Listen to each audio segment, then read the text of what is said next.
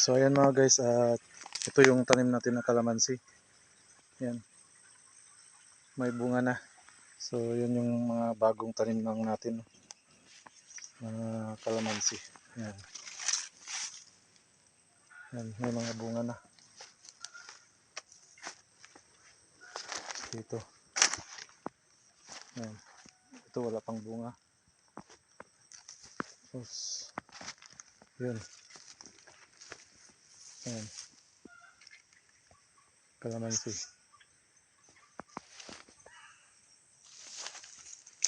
Tapos ito. Yan.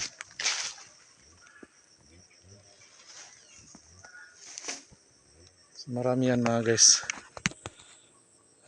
Hindi na natin isa-isahin pa. Hello.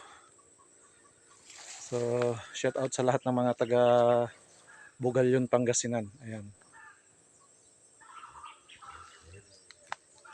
So, ayan lang mga guys.